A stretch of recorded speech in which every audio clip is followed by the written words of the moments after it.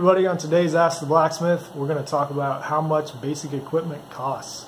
And the answer is it varies quite a bit. You can spend a lot of money right off the bat, or you can spend almost nothing.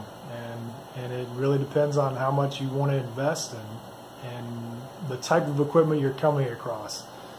I'll just give you an example of the type of stuff that I use and my recommendation. I've got this double burner forge right behind me, kind of right there. That's by Forge Master, and I got that one used about 3 years ago for $750. Brand new, it's about $860 right now. So not cheap, but you usually only have to buy one of them. And then the anvil I use, I'll try to get that in the shot down here, do some acrobatics. With the glove and the little ball peen on top of it there, that's a NC Tool Company 70-pound Farrier's anvil. So technically a horseshoer's anvil, but it'll work for any type of blacksmithing. And that brand new is about $270. Between the two of them, you're looking at about $1,000 right off the bat, and you don't have to spend that much. That's not necessary.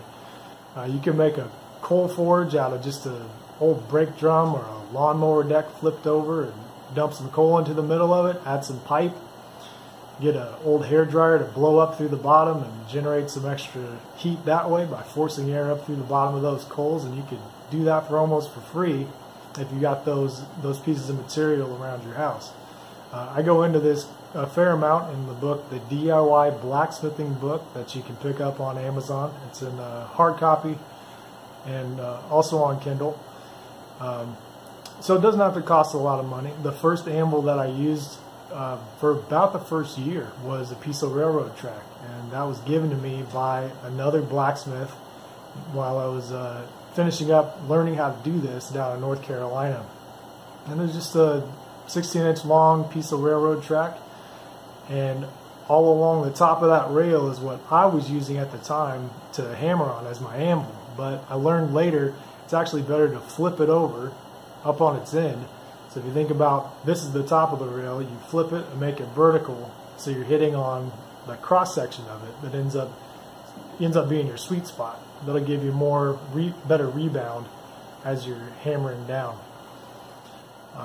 So those, if you end up paying money for them, you could get them on eBay for 30 bucks a section. And the cool thing about it is that you don't need a really long piece necessarily.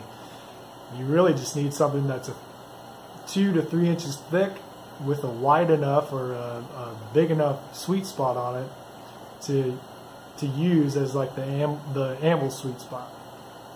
So if you have any sort of DIY tendencies, do-it-yourself tendencies, you could do this for not very much money at all. I'll just touch real briefly on hammers and tongs.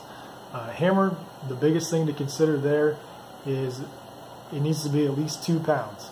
And that added weight is supposed to work with you as you're hammering down, so you don't have to apply quite as much force. You don't want an 8-pound sledge all the way at the top, and you don't want just a 16-ounce claw hammer down at the bottom, because you'll just be dinging away forever all day long, not getting anywhere. That 8-pound sledge, you're going to wear yourself out in 5 blows, and then you'll be done for the day. So somewhere kind of right in the middle, towards the low end, is what you want. Tongs, you can make your own, and there are some blacksmithing purists out there who say the first thing you should make is the tongs you're going to use. I respect that a lot. But in terms of getting forging quickly and starting to make some of the projects that you're more interested in, I would recommend buying one pair of tongs, and I would say make them 3/8-inch bolt tongs. Those are the type I most often use. Great company that makes them is Centaur Forge. You can find them at centaurforge.com. And so you got your hammer, you got your tongs, you got your anvil, and you got your heat source. Get an old bucket for your quench tub, pour some water in it, and you're good to go. As this channel grows, we'll talk some more about projects you can make and ways to get deeper into it. So that's it for today. Thanks for watching, and we'll see you on the next one.